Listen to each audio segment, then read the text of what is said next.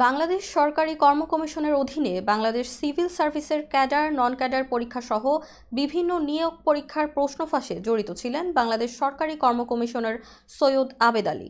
তার সঙ্গে জড়িত প্রশ্ন ফাঁসের বড় একটি চক্র মেডিকেল ও নার্সিংয়ের প্রশ্নপত্র ফাঁস করেছিল।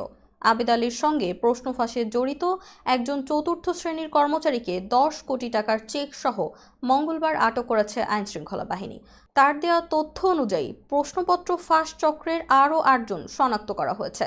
তাদেরকে গ্রেপ্তারে অভিযান চালাচ্ছে আইনশৃঙ্খলা বাহিনী।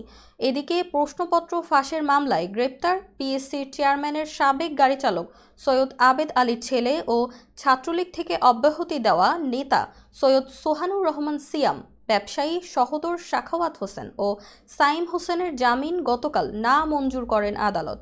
তদন্তকারীরা বলেছেন, এ পর্যন্ত পিএসসির যত প্রশ্নপত্র ফাঁস হয়েছে সেগুলোর নেতৃত্ব দিয়েছেন ভেতরের কর্মকর্তারা।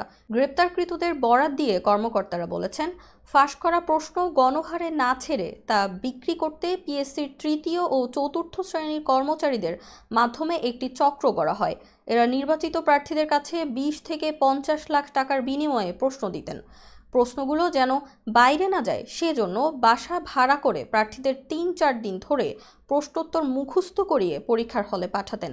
উত্তর প্রস্তুত করতে সাহায্য নিতেন বিভিন্ন কোচিং সেন্টারের শিক্ষকদেরও। তবে পুরো ঘটনার সঙ্গে পিএসসির কর্মকর্তারা জড়াতেন না, তারা শুধু প্রশ্নের সেটগুলো পিএসসি থেকে বের করতেন।